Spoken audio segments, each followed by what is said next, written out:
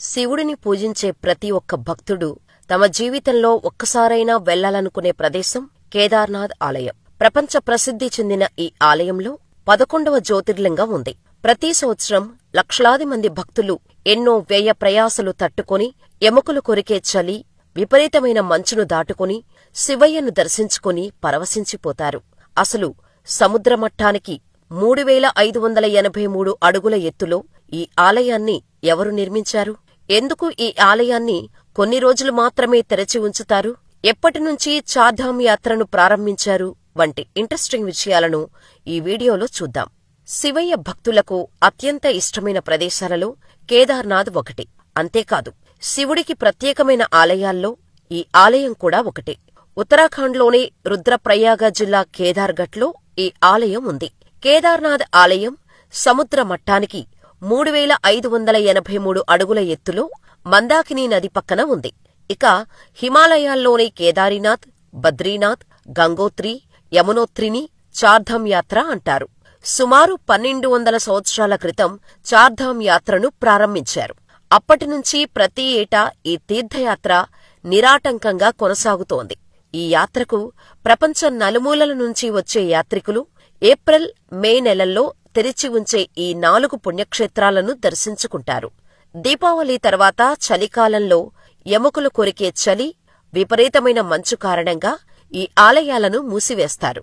ఇక కేదార్నాథ్ ఆలయాన్ని ఎవరు నిర్మించారు అనేదానికి పురాణాలలో ఒక కథ ఉంది. దాని ప్రకారం కురుక్షేత్రంలో ఎంతో రక్తపాతాన్ని సృష్టించి ఎన్నో వేల మంది సైనికులతో పాటు సోదరులను చంపిన పాండవులు తమ పాప పరిహారం కోసం శ్రీకృష్ణుడిని సలహా అడిగారు. అప్పుడు శ్రీకృష్ణుడు శివుడిని దర్శించుకుంటే పాపాలు పోతాయని చెప్పాడు. దీంతో పాండవులు శివుడిని దర్శించుకోవటానికి కాశీకి బయలుదేరుతారు. కాని కృపాచార్యుడు వంటి గురువులను అధర్మంగా చంపిన కారణంగా పాండవులకు దర్శనం ఇవ్వటం ఇష్టంలేక శివుడు ఎద్దు రూపంలోకి మారిపోతాడు. అలా అక్కడి నుంచి హిమాలయాలకు వెళ్లిపోతాడు శివుడు.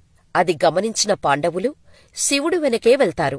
సరిగ్గా కేదార్నాథ్ దగ్గరకు వచ్చేసరికి పాండవులు వెంటపడటం చూసిన శివుడు ఇంక వారు వదిలేలా కనిపించటం లేదని శివుడు ఆ ఎద్దు రూపంలోనే భూమిలోపలకు వెళ్లిపోతుండగా భీముడు శివుడి వెన్నుపూస అయిన ఎద్దు మోపురాన్ని పట్టుకొని గట్టిగా లాగుతాడు.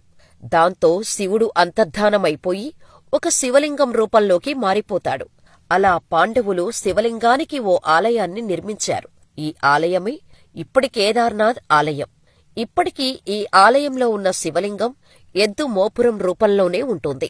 ఇక క్రీస్తు శకం 8వ శతాబ్దంలో ఆదిగురు శంకరాచార్యులు ఇక్కడే నివసించారు. ఆయన సమాధి కూడా ఇక్కడే ఉంది. కాగా కేదారం అంటే పొలం అని అర్థం. ఇక కేదారీనాథ్ ఆలయంలోని శివలింగం త్రిభుజాకారంలో ఉంటుంది. అంటే ఎద్దు మోపురంలా ఉంటుంది. కేదారేశ్వరుని దర్శనం చేసుకుంటే విమోచనం లభిస్తుందని భక్తులు నమ్ముతారు. ఇక దీపావళి తర్వాత కేదార్నాథ్ ఆలయాన్ని మూసివేసిన తర్వాత శీతాకాలంలో అంటే 6 నెలల పాటు దేవుడి విగ్రహాన్ని ఉకిమత్లో ఓంకారేశ్వర్ ఆలయానికి తీసుకెళ్లి పూజలు చేస్తారు. కేదార్నాథ్ ఆలయంలో శివలింగంతో పాటు దేవతల విగ్రహాలు చాలా ఉన్నాయి. శివుని సదాశివ రూపంలో శంకు ఆకారపు రాతితో ఉన్న విగ్రహం సుమారు 3 అడుగుల పొడవు ఉంటుంది. ఆలయ సముదాయంలో ఉమాదేవి, గణేశుడు, నంది సహా ఇతర దేవతల విగ్రహాలు కూడా దర్శనమిస్తాయి. కేదార్నాథ్ ఆలయ సమీపంలో భైరవనాథ్ ఆలయం ఉంటుంది. పురాణాల ప్రకారం కేదార్నాథ్కు భైరవనాథ్ సంరక్షకునిగా ఉంటాడట.